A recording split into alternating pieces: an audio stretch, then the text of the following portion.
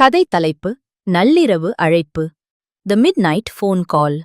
சில நேரம் ஒரு ஃபோன் கால் நம்ம வாழ்க்கையே மாற்றிடும்.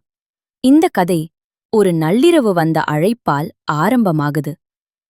சென்னை, ஒரு சாதாரண அபார்ட்மெண்ட். இரவு 12:07. அருண், 28 வயது. IT job. தனியாகவே வாழ்கிறான். அந்த நாள் அவனுக்கு தூக்கம் வரல. மொபைல் டேபிள்ல வைப்ரேட் ஆகுது. Unknown number.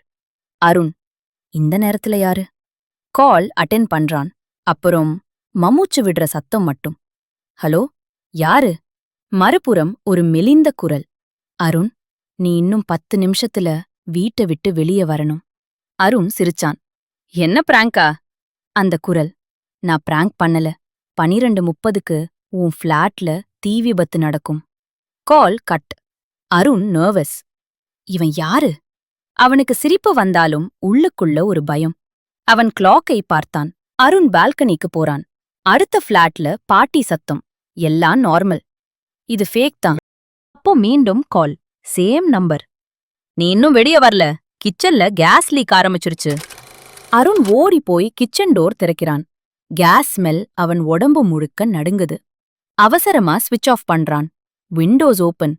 அவன் லிட்ரலி ஷாக். சடனா short circuit, fire alarm, smoke, neighbours shouting. Arun வெளியே ஓடுகிறான்.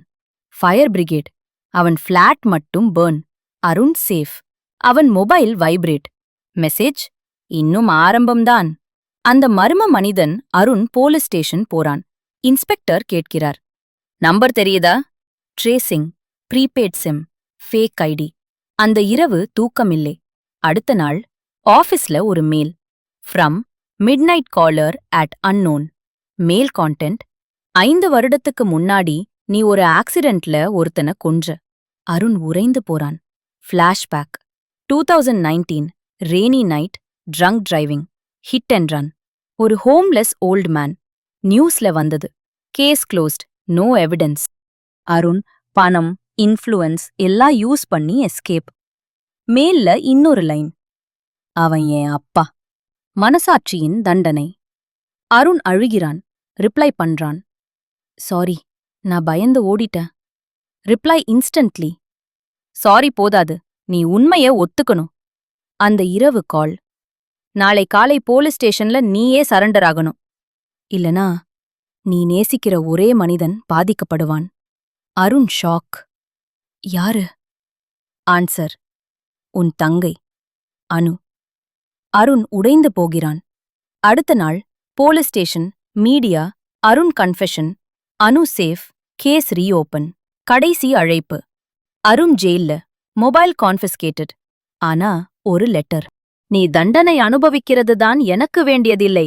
நீ உண்மையை ஒத்துக்கிட்டாய். அதுதான் முக்கியம். இப்போ என் அப்பாவுக்கு நியாயம் கிடைச்சுது. லெட்டருக்கு கீழே ஒரு மகன். சில பாவங்கள் சட்டத்தால் தண்டிக்கப்படாதாலும் மனசாட்சியால் தண்டிக்கப்படாமல் போகாது. இந்த கதை உங்களுக்கு பிடிச்சிருந்தா லைக் பண்ணுங்க, சப்ஸ்கிரைப் பண்ணுங்க, உங்க கருத்தை கமெண்ட்ஸ்ல சொல்லுங்க. இந்த பயணம் இத்துடன் முடிகிறது. அடுத்த கதையில் சந்திப்போம்.